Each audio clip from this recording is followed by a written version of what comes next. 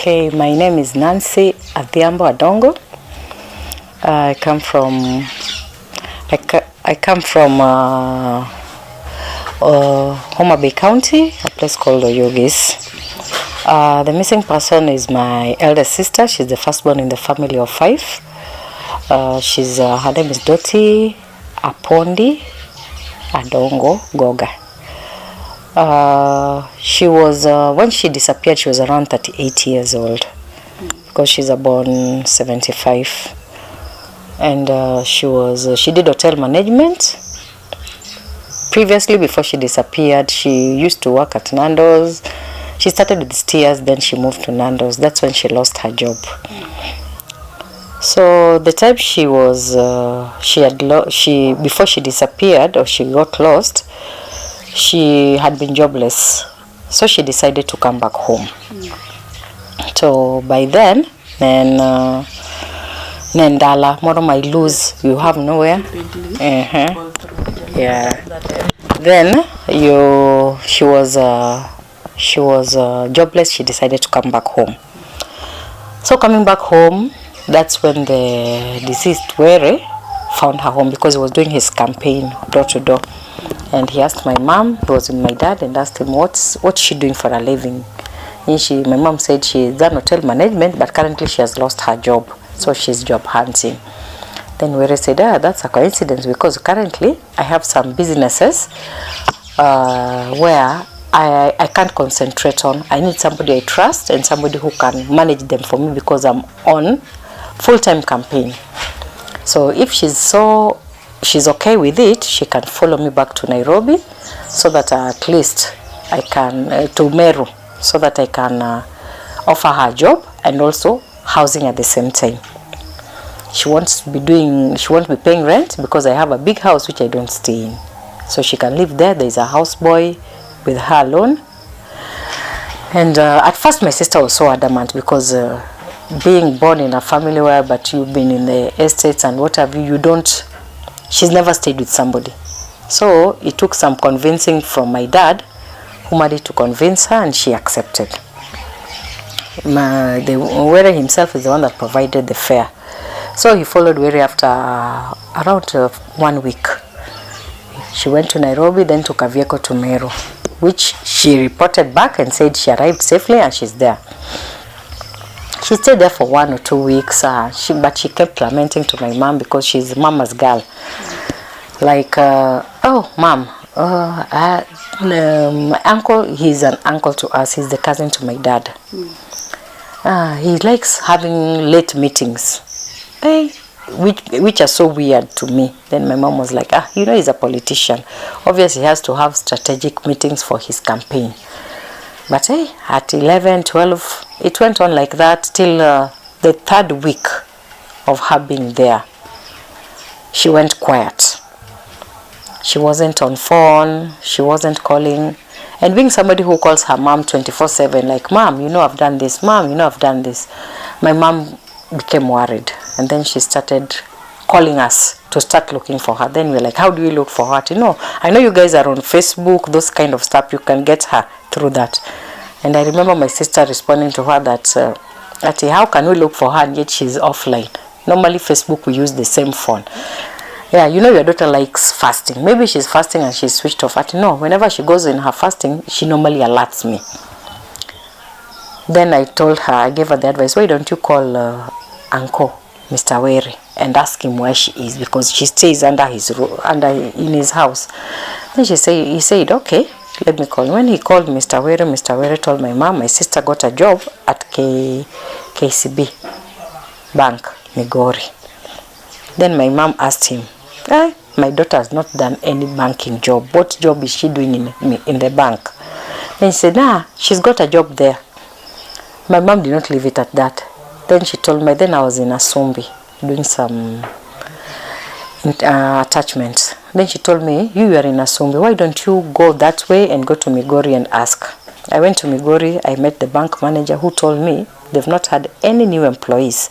He even made a call across to Nairobi, and he was told there is no new employment currently, and that even that particular name is not in their system. Even on those, they normally have these casual workers, even for the casual workers.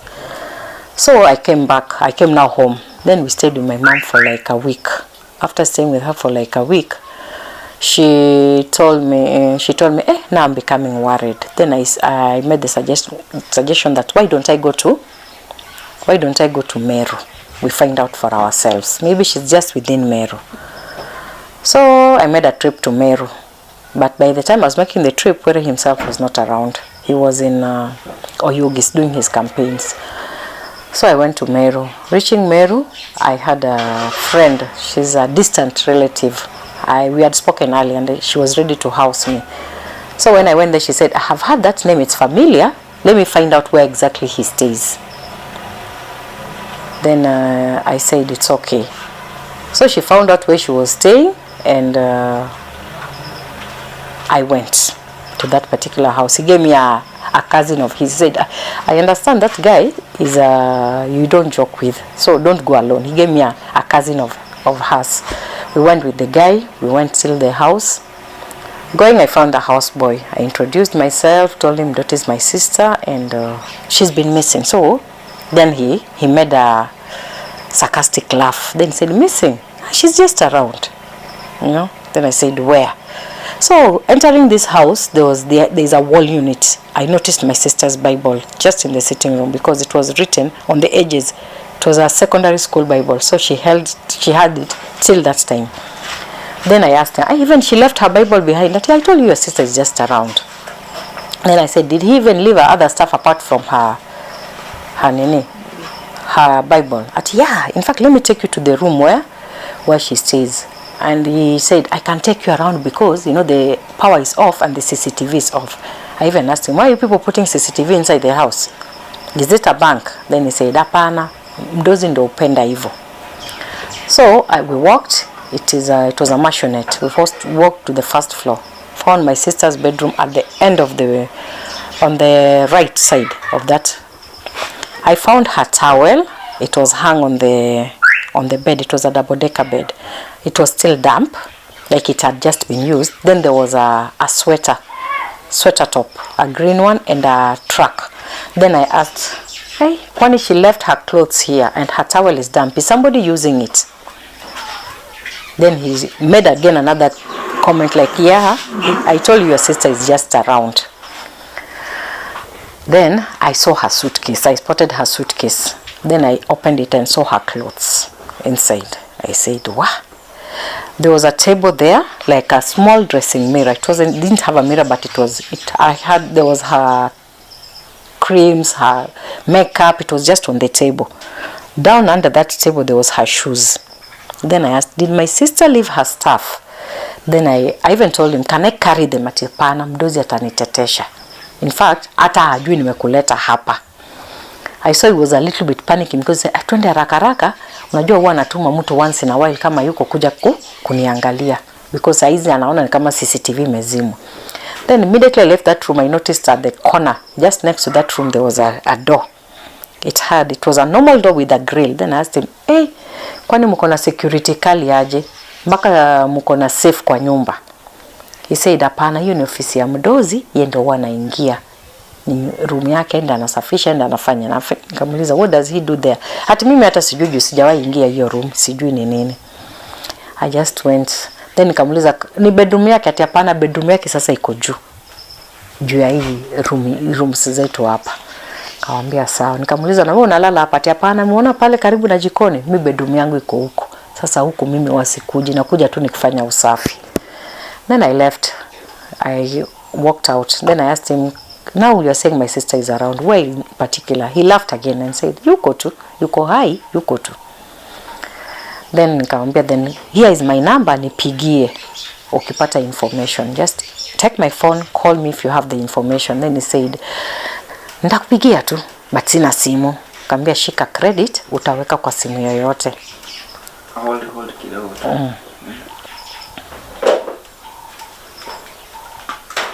Ndakupigia tu hapo tu, ile light yangu inaenda. Ndakupigia tu tuende. Okay. And akaniambia nitakupigia tu. Then I left. I gave him money for credit, and I left my phone number. So the next day I was a little bit idle. Then I said, huku Meru, what do you guys do for ati hakuna? I called a former colleague, former schoolmate. Nikamwambia, niko around Meru. Naishi wapi? Tunaishi Maua. Maua to Meru is a distance. So I decided to go visit her. On my way there, I received a call. Akaniambia, mimi ni ule kijana wa Were. I wanted to tell you where your sister is, but don't come to the house. Wewe fika tu hapo kwa mosque where he stays. There is a mosque by the road. And it's behind prison. So there is a mosque, prison, then his house. Then nikamwambia nisifike, ati wewe usifike. So maana hizo makamera siwezi kuongea na wewe tukiwa pale. Pale kwa barabara tutaongea freely. Nikamwambia sawa. So I was halfway the journey. I decided hapana, this is what brought me here.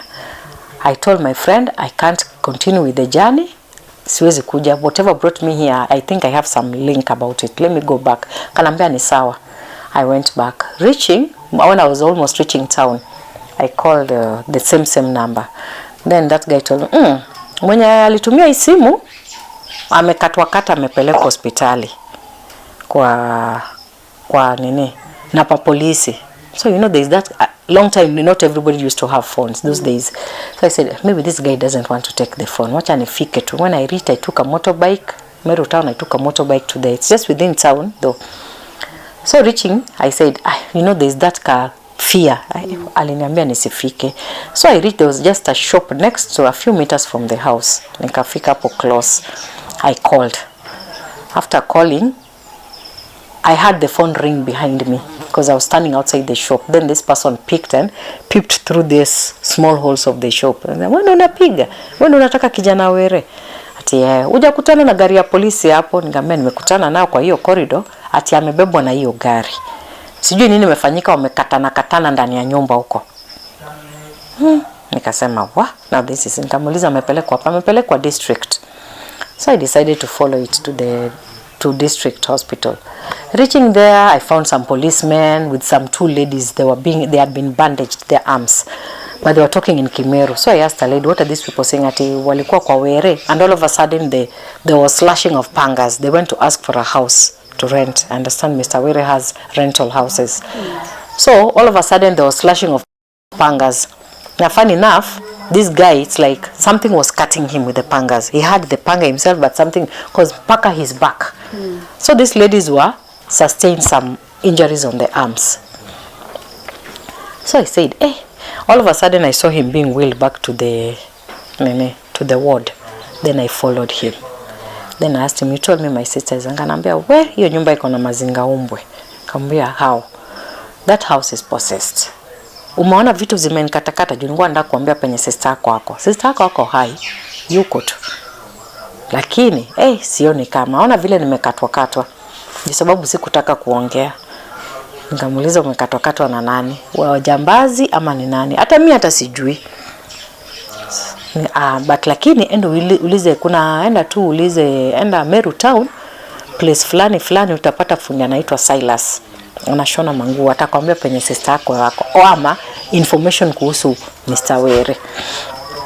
Akamwambia sawa. So before I went, I decided hapana, this is something that now is beyond us. I went to the police station.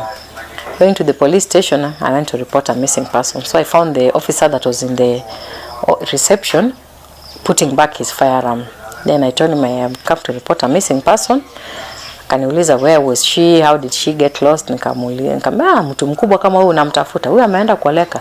Where was she? Nikamwambia alikuja kutoka home kwa Mr. Were. Akaniambia hiyo nyumba tena. Hapana, hiyo nyumba imekuwa na scandal za watu kupotea. Mimi siwezi kuandika kesi yako. Acha nikupeleke kwa OCS. This guy took me to the OCS. The OCS took my case. He wrote the OB himself. Booked it himself, gave me the OB number, told me come tomorrow. We'll tell you who has your case, who is handling your case. So the next day before, when I was preparing, I received a call. It was the OCS. Atikuja hapa Mr. Were amekuja, anaweza kutuelezea zaidi. So I came. Coming, the guy was ready to grab me. So what saved me was he was sitting on the other side of the table or sitting on this side of the table. The OCS was sitting there. And I found him reading my statement. Then I even asked the OCS, is this really legal, what you're doing? Because I don't think he's supposed to read my statement. ati hapana, unajua amesema ni political, how do you call it, political rivalry. Sasa nimempea statement asome ndio ajua kuna anything political here. You know, this guy took the statement and cut it into small pieces, then put it back into the file and threw it to the OCS and said, this is propaganda. Young lady, umekuja kuniharibia maisha, utajua mimi ni nani. So it was a throwback. Anataka kuni grab. It took some intervention of police, nikatolewa hapo. So I called the lady that I'm staying in her house. Nikamwambia, hii na hii nimefanyika. Naambia, I understand that guy is dangerous. Taku mwenye aliniambia kwake kaniuliza tu, what do I want to go and do in his place? What you do, just walk a little, there's a distance from there to, just a walking distance, there's a DCI office. Go to the DCI office. They deal with thorough investigations. I went to the DCI's office. They listened to my case. They picked up the case. They started doing the investigation. After some time, they called me and told me the case has reached this point and we are taking the file to court. We want to get a search warrant. You know, we have to get something to base the case with. If we get even the stuff you are saying, well and good. They didn't take even 2 days. They got the search warrant and we went Pakawere's house. We're reaching there, he was called. Tuko kwako, tunataka kufanya search. And we need you. We can't do a search without you. The guy came, furious like a lion. Akauliza tu, is that lady there? Kasema, yes, she's present because she's the one that can identify her sister's stuff. The guy came furious and what he grabbed was his gun from his pocket, his waist. I can shoot you. So because there was a lot of policemen, they stood in front of us. One grabbed the gun from him. Akasema, I'll allow you to search this house if this lady does not step my compound. Otherwise, she steps there, we'll shoot her. The police said, it's okay, hataenda, tutaenda sisi. So I remained with some policemen, some went, including the OCS. Wakaingia, wakafanya hiyo search. They came back and told me, hatujafanya pata chochote. Ambia hata suitcase, hatujapata chochote. Then one said, maybe ametoa juu amejua, we are after him. Kamuliza, nikawaeleza hiyo nyumba, kasema pana, penye ametukataza ni hiyo room yake, but the rest of the place tumesearch. Kamuliza, and that search is not worth it.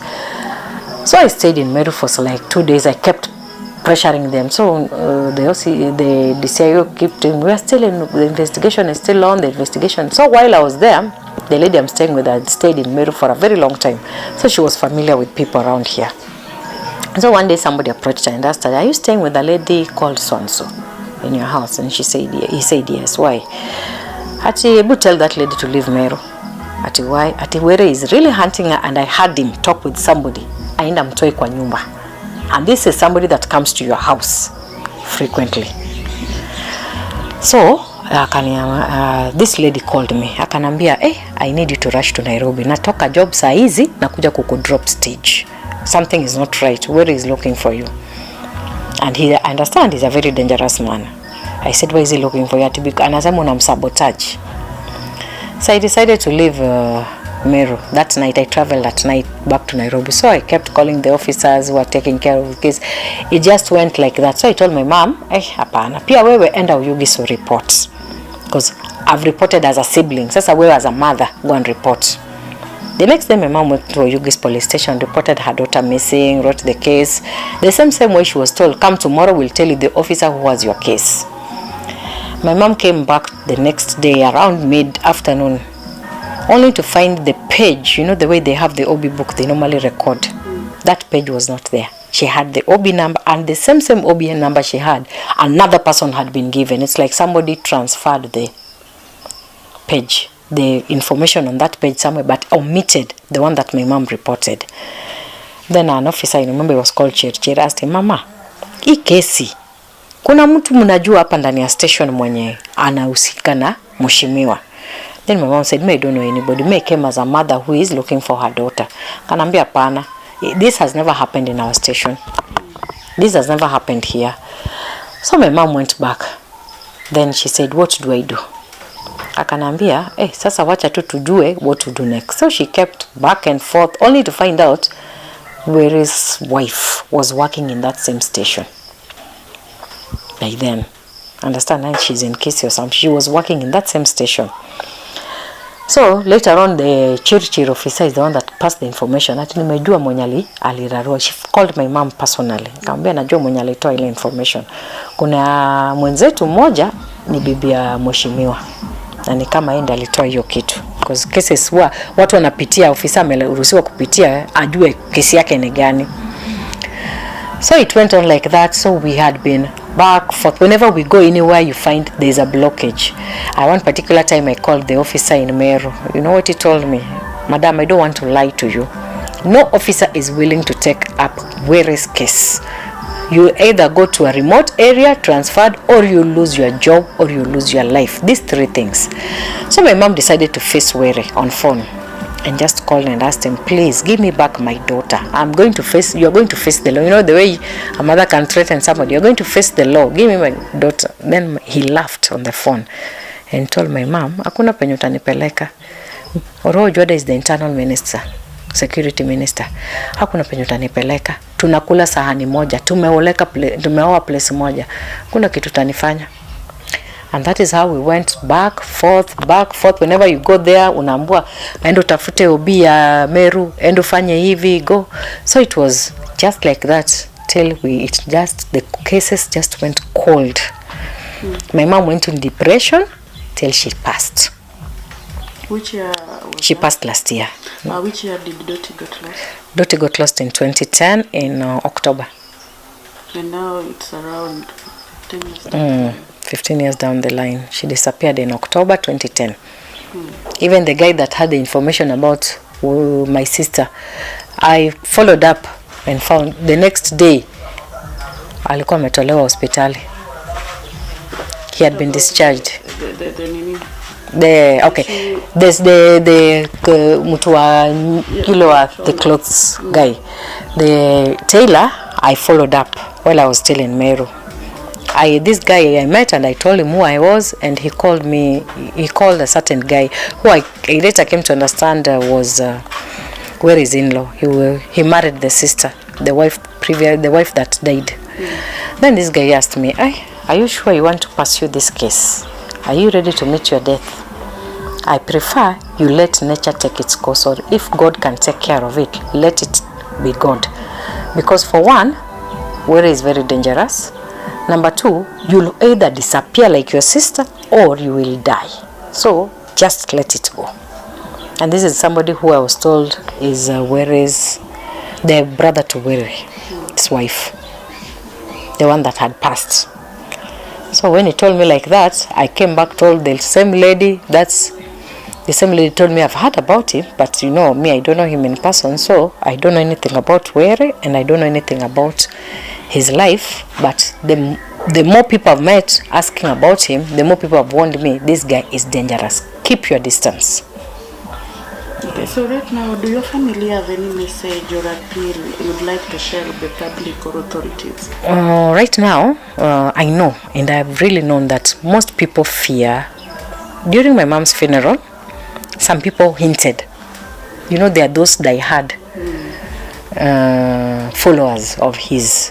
And there was a stern warning about border people passed across to Were, which made him not come to my mom's funeral. That he either produces my sister, dead or alive, or he doesn't state that funeral. So you know you have to send your diehards to go and eavesdrop on that. So some, I understand, were talking in the kiwanja that the lady is just alive. The village is not mentally stable as we are talking. Till some of them said, sangemwacha tu akuja zike mama yake, hata kama ni kumbeba tena mbebe. So we are just appealing because we know people feared opening up. Right now, there is no more fear. At least somebody can even tell us either if she was buried somewhere or she's alive or mentally unstable somewhere the way she was. At least we can have some closure, because that's the closure that my mom cried to till her death. So right now, what support would you people need that will be helpful to your family?